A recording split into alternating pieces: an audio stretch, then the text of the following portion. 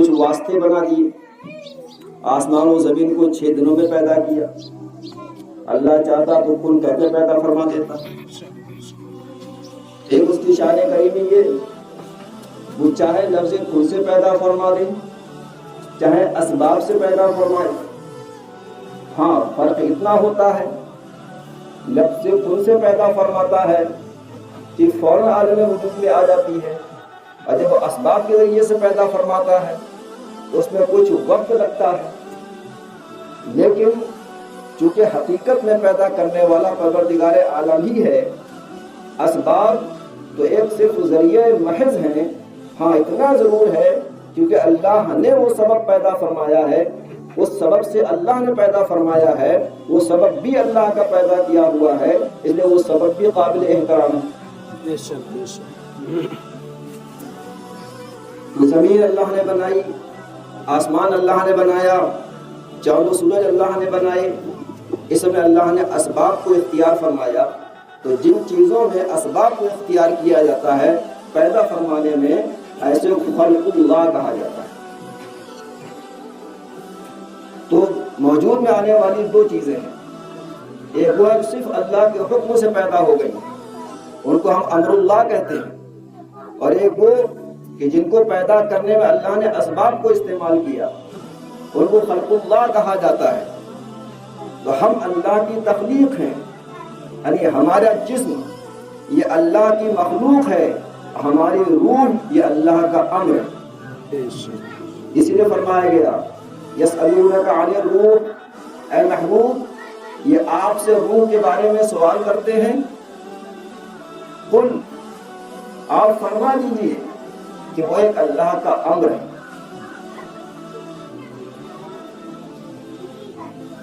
تو جو اللہ تبارک و تعالی کن سے پیدا فرما سکتا ہے، اسباب کو استعمال فرماتا ہے، پھر اس نے کچھ جمادات کو پیدا فرمایا، کچھ نباتات کو پیدا فرمایا، کچھ حیوانات کو پیدا فرمایا، پھر حیوانات میں انسان کو پیدا فرمایا۔ ہر ایک کی خصوصیات الگ الگ ہیں۔ جمادات وہ ہیں جس میں احساس اللہ نے نہیں رکھا، پتھر ہے، مٹی ہے، اس میں احساس نہیں ہے، آپ لاؤ ڈنڈے مارتے رہیے وہ بلبلانے والا نہیں ہے، چیخنے چلانے والا نہیں ہے۔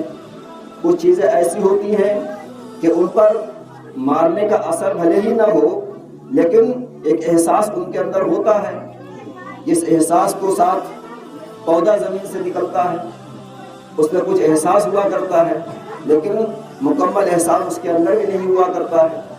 تو اللہ نے یہ چیزیں درجہ بدرجہ بنائی ہیں، ان میں بڑی حکمتیں ہیں۔ تو ساری چیزوں میں نہ جا کر کے ہم صرف اپنی تخلیق کو دیکھیں کہ اللہ اگر چاہتا تو ہم کو ڈائریکٹ جوان پیدا فرما دیتا، اللہ تعالیٰ چاہتا ڈائریکٹ ہم صحت و تندرست مند پیدا ہو جاتے، اور صحت و تندرستی کے ساتھ ہی زندگی گزار کر کے ہم دنیا سے چلے جاتے۔ لیکن اللہ نے ایسا نہیں فرمایا، بلکہ اس نے اپنی یہ شان قدرت دکھائی کہ ہم کو ایک نطفے سے پیدا فرمایا جو ایک بے جان چیز ہے، جس میں کوئی جان نہیں ہے۔ اس چیز سے اللہ نے پیدا فرمایا، اور پھر اس میں اللہ نے روح ڈالی۔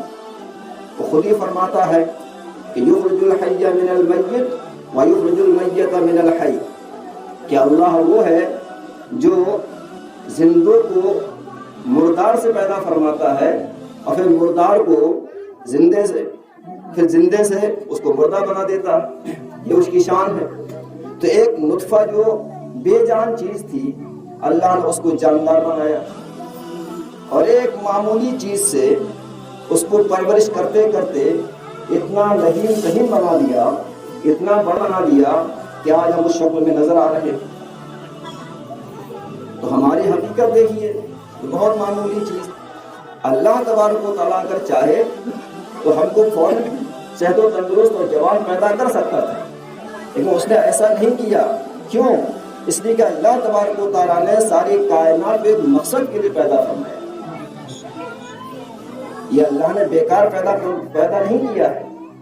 اسی لیے اللہ نے بندوں کو، اپنے بندے کے قول کو قرآن پاک میں نقل کیا اور یہ بندے دعا کرتے ہیں ربنا ما خلقت هذا باطلا، اے اللہ تو نے یہ ساری چیزیں یہ باطل پیدا نہیں فرمائی ہیں، اس سب کے پیچھے کچھ نہ کچھ حکمت ہے، سب کے پیچھے کوئی نہ کوئی راز ہے۔ تو الہ العالمین تو نے یہ دنیا کیوں پیدا فرمائی ہے، کس لیے پیدا فرمائی ہے؟ تو ظاہر سی بات ہے کہ اللہ نے یہ دنیا جو پیدا فرمائی ہے صرف اس لیے پیدا فرمائی ہے کہ لوگ مجھے پہچانیں،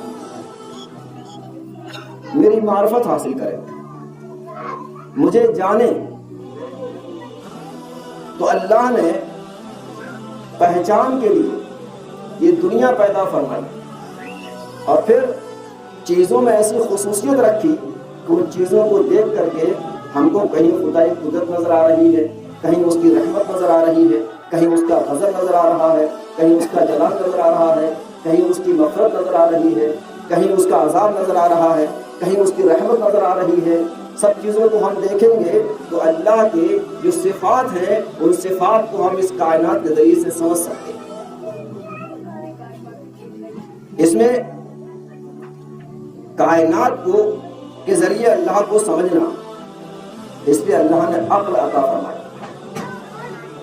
عقل ہمیں اسی لیے دی گئی ہے، ورنہ تو صرف کھا کے پی کے دنیا سے چلا جانا یہ کوئی انسانیت نہیں ہے، یہ تو جانور بھی کر لیتے ہیں، وہ بھی کھاتے پیتے ہیں، زندگی گزارتے ہیں اور چلے جاتے ہیں۔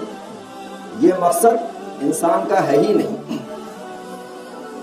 اللہ نے اپنی معرفت کے دو ذریعے پیدا فرمائے، ایک تو عقل اللہ نے عطا فرمائی کہ عقل کے ذریعے سے خدا کی معرفت حاصل کرو، یعنی ساری کائنات میں نظارہ کرو اور دیکھو کہ مخلوق کس طریقے سے پیدا کی گئی ہے، اس سے خدا کی قدرت اور شان نظر آئے گی۔ اور ایک یہ ہے کہ اللہ نے اپنی پہچان کے لیے، اپنی معرفت کے لیے عقل پر بھروسہ نہ کرتے ہوئے اللہ نے انبیاء کو بھیج دیا، اس لیے کہ عقل جو ہوتی ہے وہ کبھی چھوٹی ہوتی ہے، کبھی بڑی ہوتی ہے، کبھی کمزور ہوتی ہے، کبھی طاقتور ہوتی ہے۔ عقلیں بہت دھوکہ کھاتی رہتی ہیں، بڑے بڑے عقل مندوں کو دھوکہ کھاتے ہوئے دیکھا گیا ہے۔ خود انسان کا حال یہ ہے کہ انسان شام میں کچھ سوچ کر کے سوتا ہے اور صبح اٹھتا ہے تو کہتا ہے میں نے تو غلط سوچ لیا تھا، یہ تو بات غلط ہوئی، مجھے تو ایسا نہیں سوچنا چاہیے تھا، خود اپنا ہی فیصلہ غلط بتا رہا ہے۔ تو یہ تو حال ہے انسانوں کا کہ اسے اپنے فیصلے کا بھی بھروسہ نہیں رہتا ہے۔ تو عقلیں فیصلہ بدلتی رہتی ہیں، عقلیں چھوٹی بڑی ہوتی ہیں، تو عقلوں کے ذریعے سے کما حق ہوں اللہ تبارک و تعالیٰ کی معرفت تو حاصل نہیں ہو سکتی ہے۔ ہاں صرف عقل کامل ہی سے خدا کی معرفت حاصل ہو سکتی ہے، اور عقل کامل اگر کسی کو دی جاتی ہے تو انبیاء کرام کو دی جاتی ہے۔ عقل کامل صرف انبیاء کرام کی عقل ہوا کرتی ہے، اسی لیے انبیاء کرام کے عقل کے مقابل جس نے بھی اپنی عقل کو استعمال کیا وہ تباہ و برباد ہو گیا، وہ ہلاک ہو گیا، وہ دنیا سے نیست و نابود ہوا اور عذاب کا شکار بنا۔ اور جس نے اپنی عقل کو نبی کی عقل کے آگے جھکا دیا اور نبی کی عقل کے آگے اپنی عقل کو کچھ نہیں سمجھا، وہی ترقی کرتا چلا گیا، وہی کامیاب ہوتا چلا گیا۔ آپ دیکھیے ابو جہل اتنا بڑا عالم، اتنا بڑا سمجھدار، اتنا بڑا عقل رکھنے والا، شاندار عربی بولنے والا، شاندار خطاب کرنے والا، اس نے ہمیشہ اپنی عقل کو نبی کے عقل کے مقابل استعمال کیا۔ نتیجہ کیا ہوا کہ دنیا کے سب سے بڑے کافروں میں اس کا شمار ہوا۔ جس طریقے سے سارے مومنین میں صدیق اکبر کا جواب نہیں، ایسے تمام کافرین میں ابو جہل کا جواب نہیں۔ اگر صدیق اکبر افضلیت میں انبیاء کے بعد سب سے اعلیٰ شان رکھتے ہیں تو ابو جہل کفر میں سب سے بڑی شان رکھتا ہے۔ جب جنگ بدر میں اس کو جب مارا جا رہا تھا تب بھی اس کی یہ تمنا تھی کہ جب اس کی گردن کاٹی جا رہی تھی تو کہہ رہا تھا کہ میری گردن ذرا سا نیچے سے کاٹنا تاکہ پتہ چلے کسی سردار کا سر ہے۔ وہاں بھی اس سرداری کا بھوت نہیں اتر رہا تھا۔ تو ہمیشہ اس نے نبی کی عقل کے مقابل اپنی عقل کو استعمال کیا اور اتنی عقل رکھتے ہوئے بھی اس کو ابو جہل کا خطاب ملا، جاہلوں کا باپ کہلایا گیا، جہالت کا مجسمہ کہلایا گیا۔ لیکن ذرا صدیق اکبر کی بارگاہ میں پہنچیے تو دیکھیے کہ سرکار معراج سے تشریف لائے۔ السلام علیکم دوستو، ہمارے چینل کو لازمی سبسکرائب کر لیں اور ویڈیو اگر اچھی لگے تو لائک اور شیئر بھی کریں۔